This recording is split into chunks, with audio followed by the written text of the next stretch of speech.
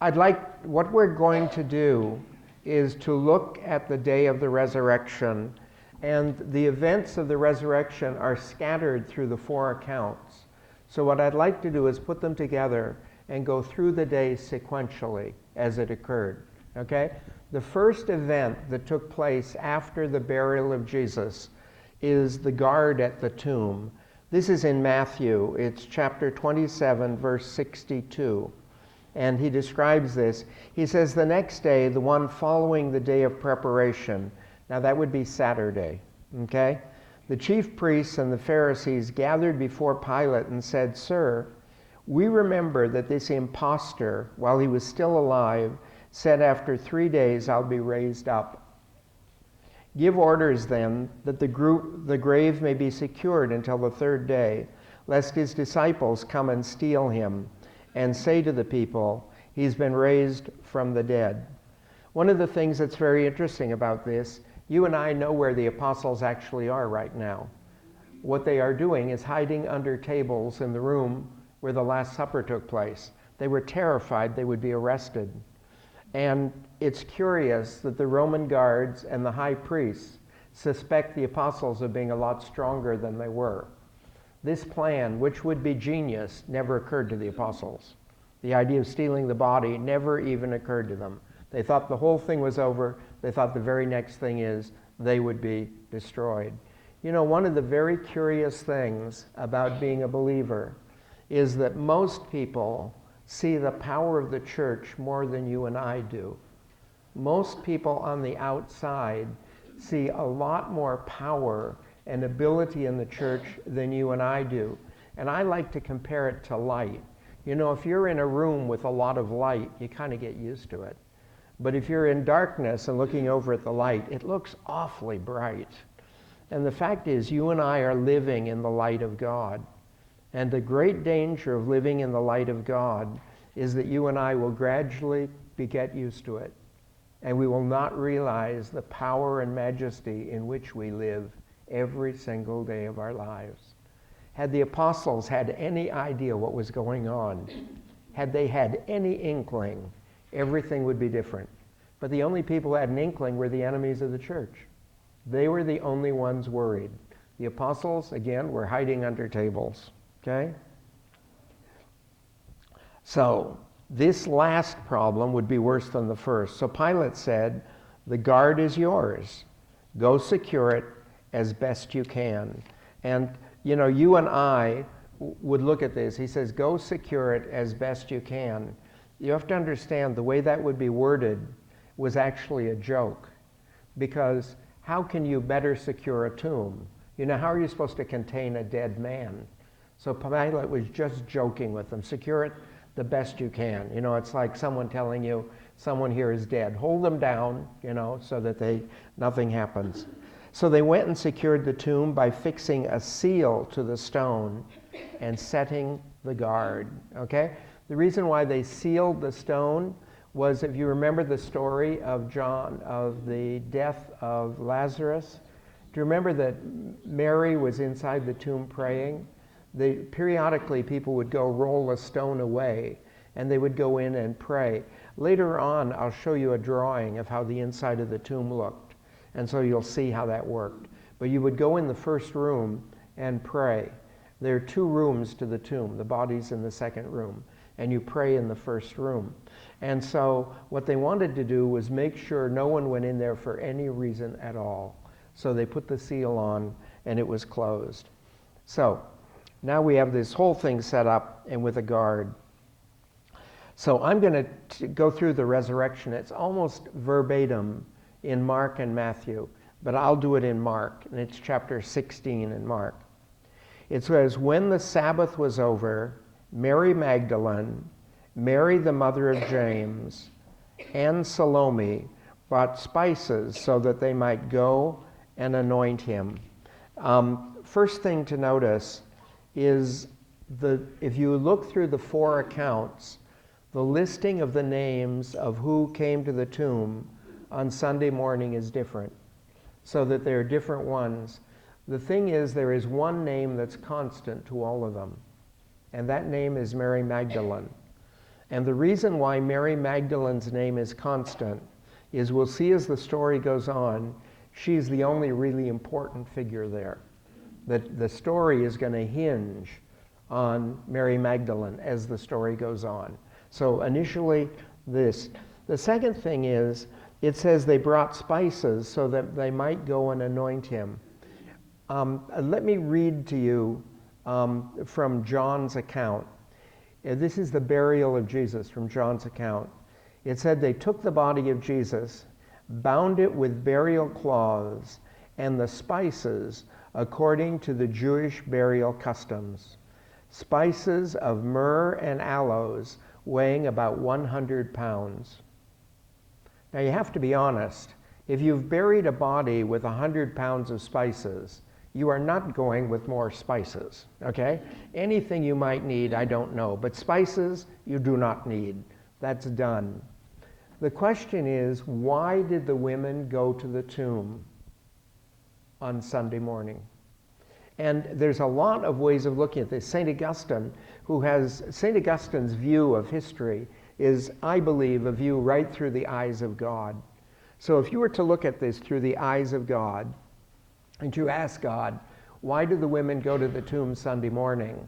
Do you know what God would say to you? To find out about the resurrection. That's why they went to the tomb, okay? Because that's what God's doing. But why did the women really go? The reason the women went to the tomb was most probably to move the body. It was a temporary tomb. Now, what happens with regards to the building of the tombs? It is very common for Jewish people to build tombs right at the door of a city. One of the reasons for this is it is a law in the Jewish Talmud. You may not bury a body within a city. No body can be buried in a city. You know, occasionally we'll bury priests and bishops in churches and stuff like that. The Jewish tradition, you cannot do that. You can never bury a body in a city. So what the Jews like to do is right at the road that enters a city, they like to build large mausoleums with their name on it. So as you come into the city, you recognize the family names of the people you know, and then they would be buried in these tombs. Now this records the tomb in which Jesus is buried is the tomb of a very wealthy person who probably built this grand tomb. But we also know no other person has been buried in there. The custom was normally to bury about 100 people in a tomb, okay? So we know that there was no one buried in there. So what happened? Most probably, Joseph of Arimathea built this very elaborate tomb right at the entrance to Jerusalem before the Romans took over. And when the Romans took over, one of the things they used to do is always execute people right at the door of a city. And they executed people at the door of a city, so going into the city, you were reminded of what could happen if you broke the laws. And something to tell you about crucifixion, if you've never been told before, one of the greatest miracles in the crucifixion of Jesus is that he died after 3 hours. Many people hung on the cross for 2 weeks. And so there would be these people hanging on crosses there. The way they crucified people, they did it 1,000 times. They were very clinical about it. There was very little bleeding. It took only one blow of a hammer to put the nail through the wrist and into the hole prepared in the wood. It was done very quickly, and the person hung there for a very long time, okay? So anyway, because of that, no one in their right mind would want to be buried there, because no one's going to stop and look at your name. Everyone wants to get through there as quick as possible. So Joseph of Arimathea probably abandoned his tomb and went and built one on another area in the city, outside the city. So that tomb was sitting there, and they had to get Jesus in a tomb right away because Passover was coming. So they put Jesus in the tomb and leave him there with every intention of moving him. Now Sunday morning, they come to move the body to whatever tomb they were going to take him to. So this is what they're doing. Very early, when the sun had risen, on the first day of the week, they came to the tomb. This verbiage is very important. It appears in all accounts. It's the first day of the week, the first hour of the first day of the week. Okay? So it is very early, and what it does is it symbolize a whole new world. Everything has changed through the night. The entire universe has shifted. Now, those of you who attend the Easter Vigil in the Roman Catholic Church, do you know that is the only ceremony at which we officially celebrate the resurrection of Jesus? What we celebrate on Easter Sunday is the discovery of the empty tomb, because that's the only thing that happened on Easter Sunday. We have no idea when Jesus rose from the dead. We know that he was up by the time they got to the tomb Sunday morning. Okay? It marks a whole new day. When I was a little boy, and some of you might remember this, all chalices had an 8-sided base. All holy water fonts were 8-sided. All altars were set on a square with the corners cut off so that it was an 8-sided staircase that came up to it. And the reason for that, in our tradition, we believe that Easter Sunday is the 8th day of creation. There were 7 days of creation and 1 day of recreation. You and I live in the 8th day. And on this resurrection of Jesus, all the rules by which people lived were over. All the things that organized people's lives were finished. The fact of the matter is, you and I will never die. And if you can ever accept that truth, it changes everything. Do you know that your life, like every person in the world, is limited by your fear of death? And your fear of death limits the way you act.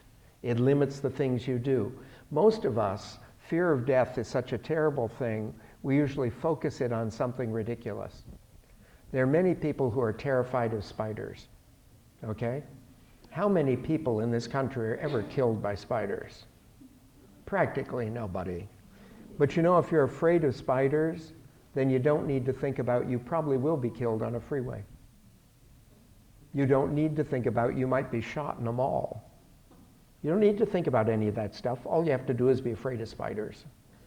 There's some people afraid of heights. Every sane person focuses their fear of death on one thing in order to live life normally. Incidentally, if you don't focus it on one thing, that's a mental disease. It's called agoraphobia. And I don't know if any of you have ever met anyone with agoraphobia. If you have agoraphobia, you cannot leave your house. Because you think to yourself, if I step out the door, I could be hit by a meteor. Could you? Sure you could. Chances? 0, okay?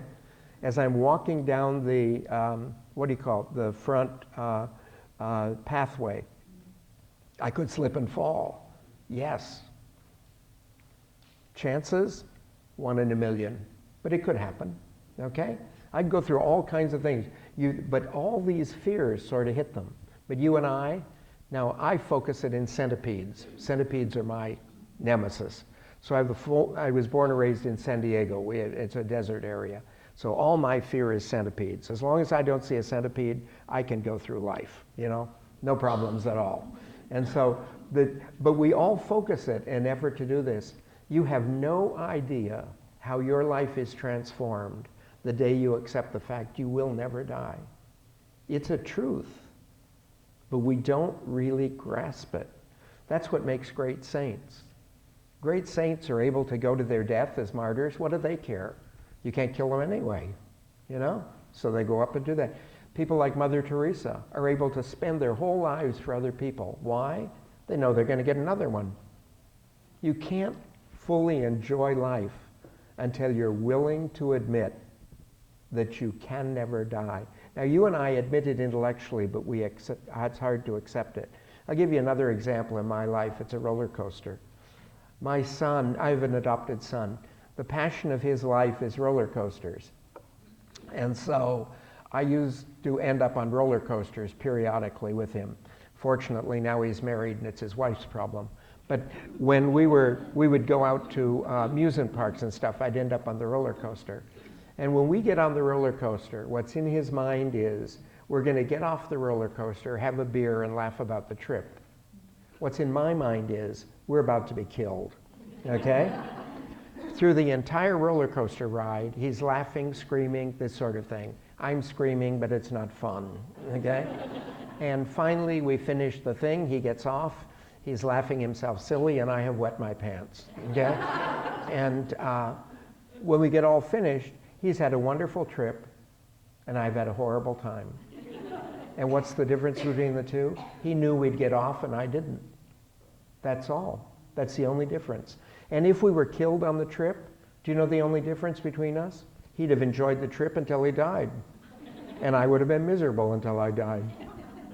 And it's just from the knowledge that you are not going to die. You can transform your entire life if you can ever make that a part of your heart. And that is how the whole world changed. Everything changed sometime during that night. I have no idea when. But everything, the entire universe, shifted. And anyone who can accept it has an insanely happy life, no matter what's going on. Look at the lives of saints. You know, I pray to God I'd never get a vocation like Mother Teresa. But you have to admit one thing. She was crazy happy doing it. Every saint has a life that is so happy, it's staggering. A lot of them have lives that you wouldn't want to be part of. A lot of them have lives that appear difficult, but to them, they're like chocolate. They're just amazing. And that's because they have stepped away from the fear of death. It's the most powerful gift that Jesus Christ offers. And it's very difficult to accept. Okay? So they were saying to one another, who will roll back the stone for us at the entrance to the tomb? The tombs would have a circular stone that was cut like a large donut with no hole. And what you would do, there was a little track the stone was in, and the track went downhill. One person could roll the stone closed. It took 4 or 5 to roll it open. They're very, very heavy. If any of you get a chance to visit Israel, one of the major places to visit is called the Tombs of the Kings. And it's a tomb that was built for one of the royal families that came into Israel.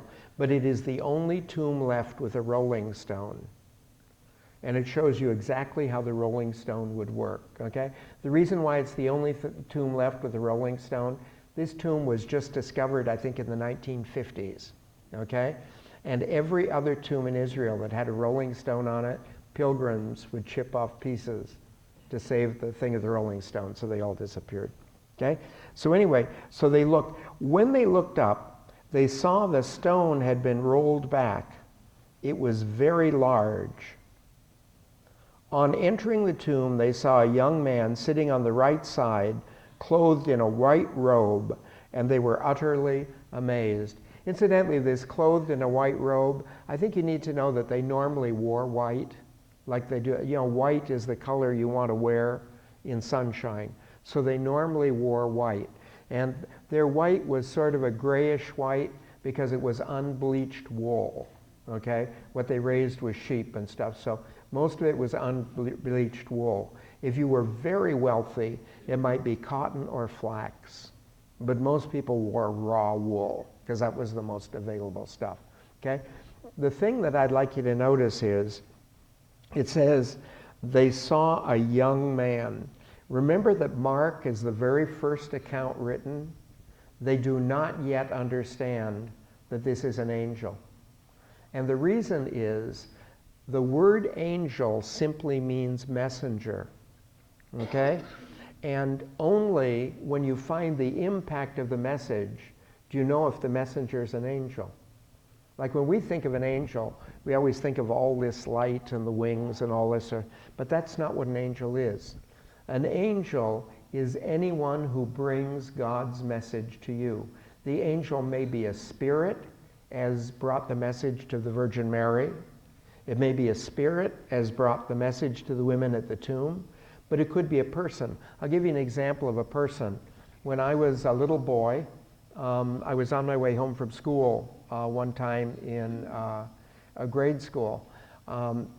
My parents built their house right across the street from a new church that was going to open a school. And they built it there because they wanted me to go to Catholic school. And the Catholic school did not open my first year of school. When I was in school, there was no such thing as kindergarten, let alone preschool. So when I started out, it was first grade, and the school wasn't open. So what my parents did was have me go across town to school. It was a very long bus trip, but that was very safe in those days. So anyway, I went across town to school in first grade.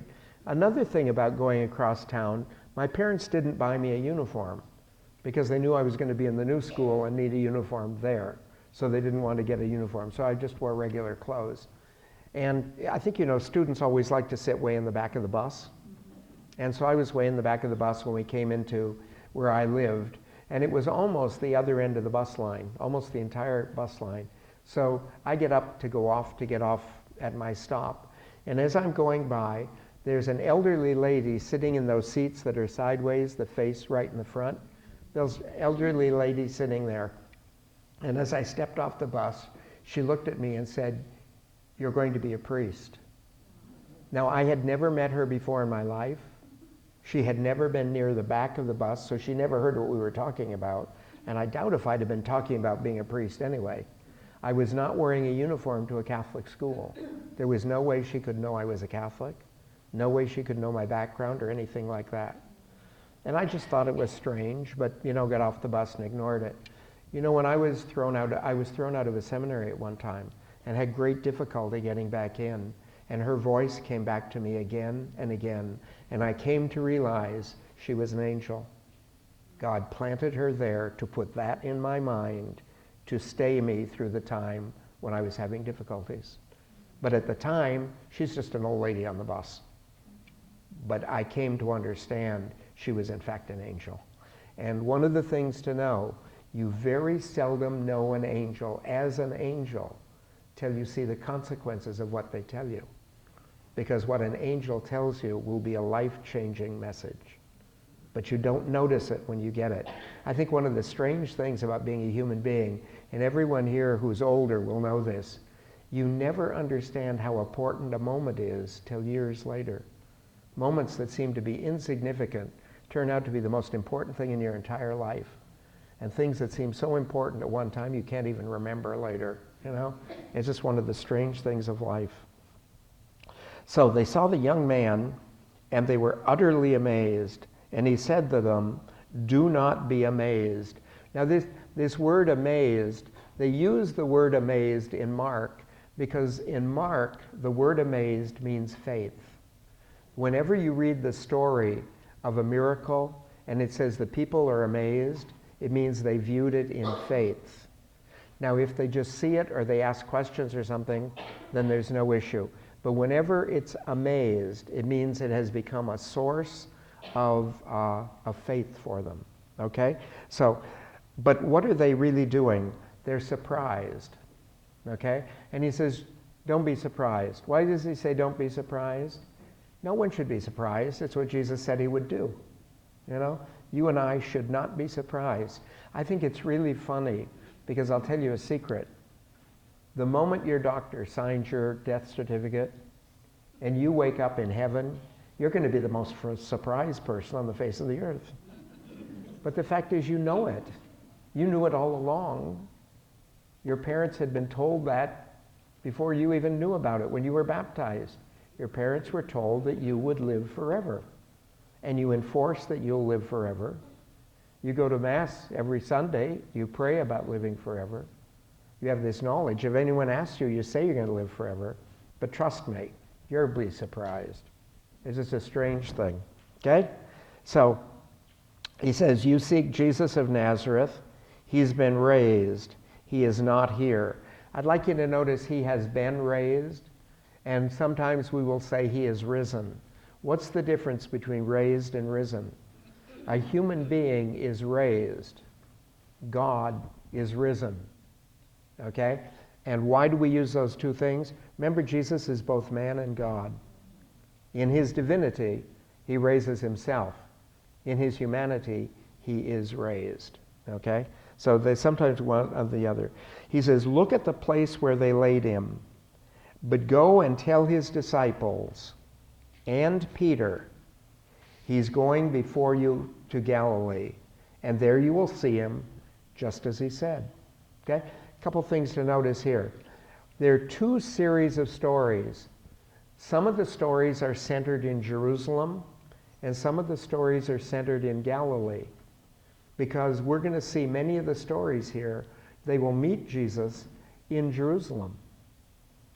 What happened was, there is a community of disciples. There are actually three major communities of Christians, and they'll be very important. One community is in Jerusalem. The largest community is in Capernaum, and the second largest community is in Nazareth. Okay? The community in Jerusalem will be destroyed in the year 70 AD. We're all descended from Nazareth and Capernaum. But anyway, in Nazareth, Capernaum, they have a bunch of stories of the resurrection of Jesus, and they all concern Galilee. And in Jerusalem, they have their own collection. What does that mean? That means after the resurrection of Jesus, he appeared in Jerusalem to some people, he appeared in Galilee to some people. Okay? So they both had their own series of stories, and they're very separate. This is part of the Galilee thing. And the other thing to notice is this go and tell his disciples and Peter. Very important to the text is the importance of Simon Peter. Simon Peter's importance now is going to rise like this with the death of Jesus, because Simon is the next, really significant person. It's kind of like the present Pope. Who knew anything about the Cardinal in Argentina until he becomes Pope? Then everyone knows, okay? And the same thing. Simon Peter, to this point, is one of the disciples.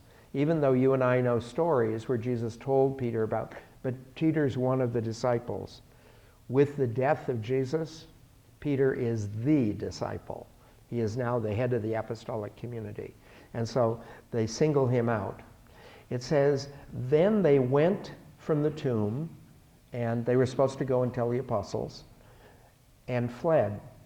Seized with trembling and bewilderment, they said nothing to anyone because they were afraid. Okay, so what happened? What happened is that when they arrived at the tomb, they got this message. Now, I bet they did not believe it. They could see the body was gone, they could see the tomb was empty, but they did not believe Jesus was raised, and they knew the apostles would not believe them. So as a result of that, they decided simply to go back home. So they go back home, except for one of them. And I'm going to read the story now. This one is from chapter 20 of John. It says, on the first day of the week, Mary of Magdala, came to the tomb early in the morning. Now remember, John doesn't mention any of the other women with her. He just mentions she came to the tomb. While it was still dark, and saw the stone removed from the tomb. So now they see the tomb. But there's no mention in this account of the angel. It says, so she ran and went to Simon Peter and the other disciple whom Jesus loved and told them, they've taken the Lord from the tomb, and we don't know where they've put him. Okay? Now I'd like you to notice this verse. They have taken the Lord from the tomb, and we do not know. See, it includes the other women, even though they aren't mentioned. So we don't know. So now, Mary Magdalene, obviously when this group of women decided to go to the city, Mary Magdalene changed her mind and said, well, I'll at least take the message to Simon Peter. And I want you to know something.